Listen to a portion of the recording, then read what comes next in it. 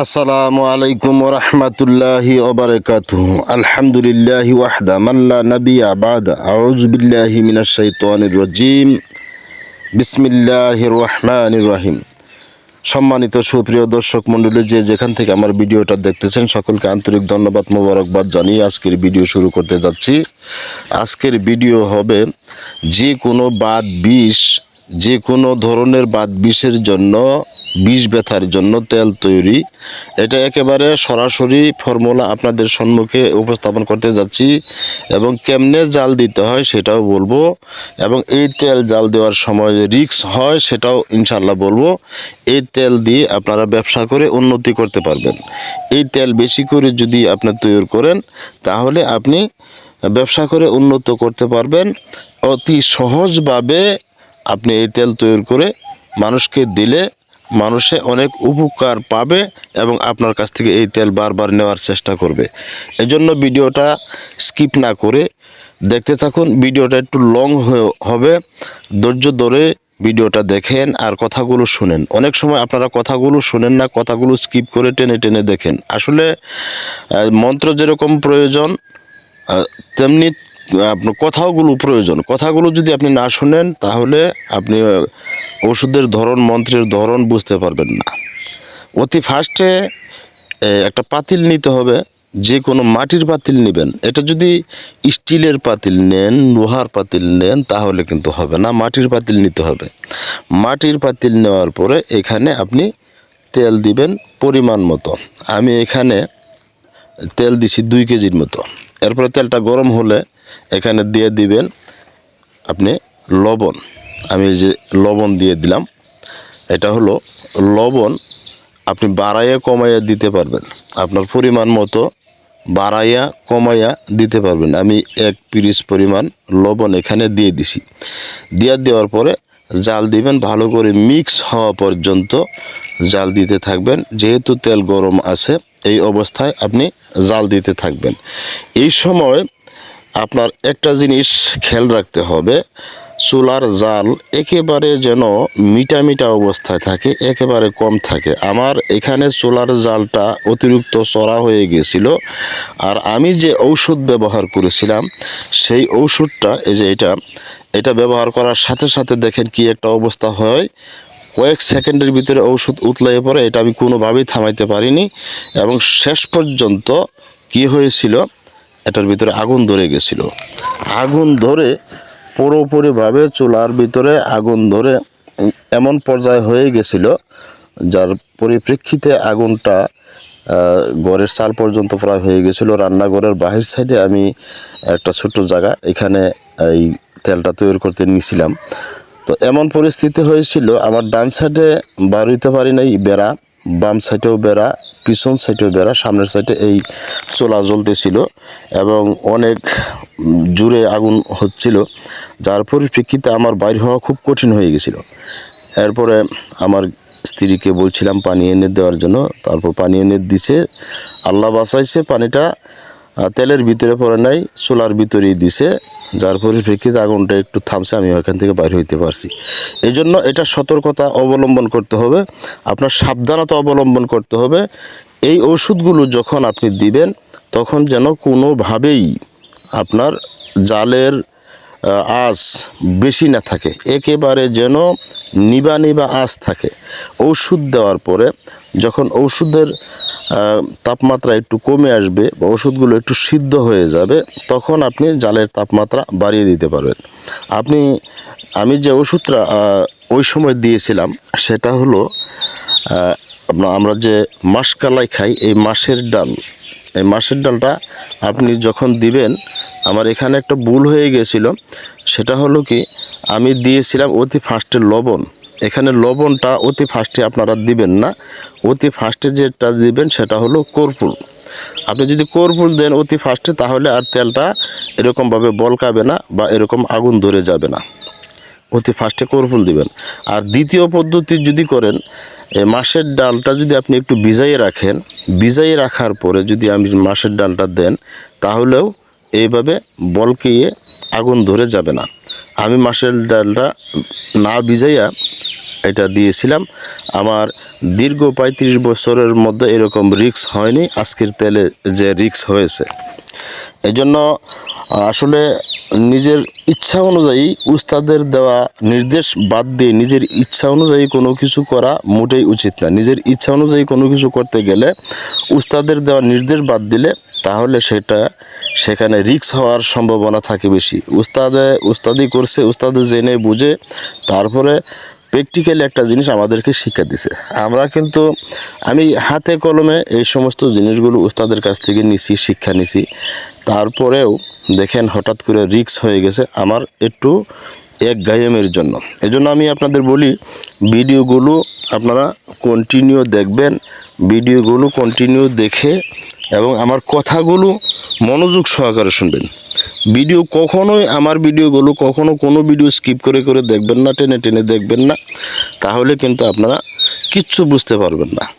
আপনাদের অযথা এমবি ফুরাবে এবং আপনারা ওষুধ তৈরি করতে গেলে আপনাদের সঠিক ওষুধ তৈরি করতে পারবেন না।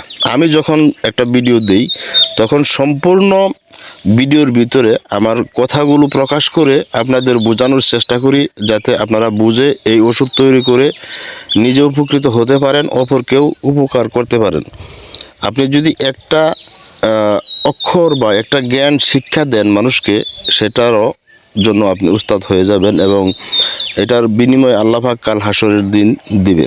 আমি নিঃস্বার্থভাবে আপনাদের জিনিস দিয়ে থাকি বা জিনিসগুলো শিখাইয়ে থাকি, যাতে করে আপনারা শিখে উপকৃত হতে পারেন এবং আপনারা যারা দরিদ্র আছে, অনেক পরিবার আছে যে দরিদ্র পরিবার, এরাও যেন এই সমস্ত জিনিসগুলো শিখে কাজ করে মানুষের উপকার করতে পারে। অপরদিকে পাশাপাশি কিছু মুনাফা যেন তাদের আসে। যেমন এই তেলটা তৈরি করলে আপনি যা খরচ করবেন তার সাথে ইনশাল্লাহ একটু লাভ হবে। তো যাই হোক, আমি অতি ফার্স্টে যে পাতিলটা দিয়েছিলাম সেই পাতিলটা কিন্তু ফেটে যাওয়ার সম্ভাবনা ছিল। তারপরে দ্বিতীয় পাতিলটা আবার দেওয়ার পরে আমি দেখেন যে তেল জাল দিতে থাকি।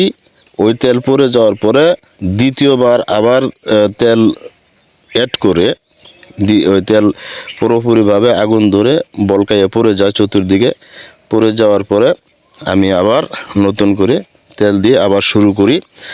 এবং কিছু ওষুধ আমার এখানে নষ্ট হয়ে যায়, কিছু তেলও নষ্ট হয়ে যায়। প্রায় 1 কেজির মতো, 1 কেজির চাইতে একটু বেশি তেল পড়ে গেছে। এরপরে আমি আবার নতুন করে দিয়ে দেখেন এই যে শুরু করতে যাচ্ছি। এখানে দিবেন, আপনি যতটুকু তেল দিবেন তার অর্ধেকটুকু রসুন দিবেন, এটা মনে রাখবেন। আপনি যদি 1 কেজি সরিষার তেল দেন তাহলে হাফ কেজি রসুন দিবেন, আর রসুনটা থেতু করে দেওয়ার চেষ্টা করবেন। আর যদি 2 কেজি সরিষার তেল দেন তাহলে 1 কেজি পরিমাণ রসুন দিবেন। এই রসুনটা অবশ্যই থেতু করে দেওয়ার চেষ্টা করবেন, আর বাকি উপাদানগুলো আস্তে আস্তে অ্যাড করবেন, যাতে করে আপনার কোনো সমস্যা না হয়। আর রসুনটা দিয়ে জাল দিতে থাকবেন কতটুকু পরিমাণ, জাল দিতে দিতে যখন দেখবেন রসুনগুলো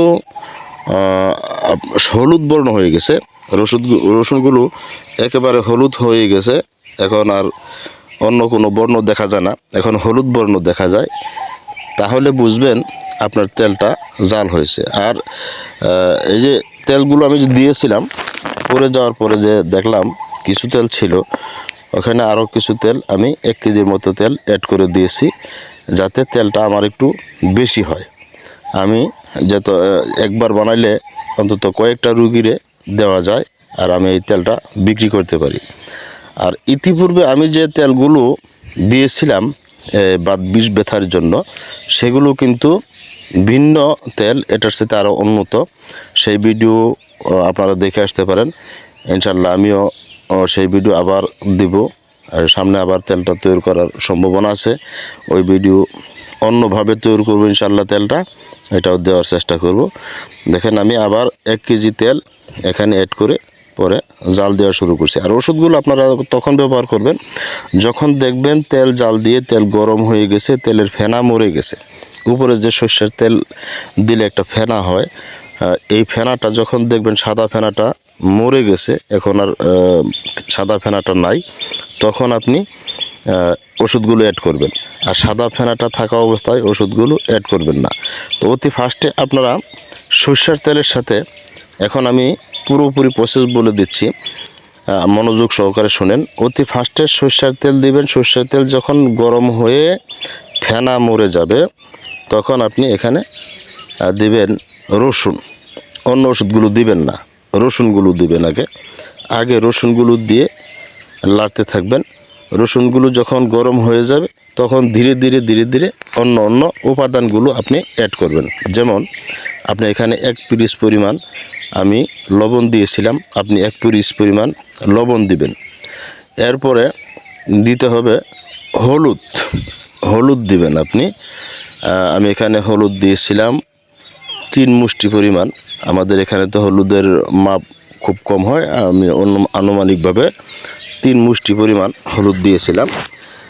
তো এই হলুদ আপনারা থেতু করে দিতে পারেন বা গুঁড়ো করে দিতে পারেন। এইভাবে 3 মুষ্টি পরিমাণ হলুদ আমি দিয়ে জাল দিতেছিলাম। এরপরে আপনি এখানে অ্যাড করবেন যে জিনিসটা যে বলেছিলাম মাছের ডাল। এই মাছের ডাল আপনি অ্যাড করে জাল দিতে থাকবেন।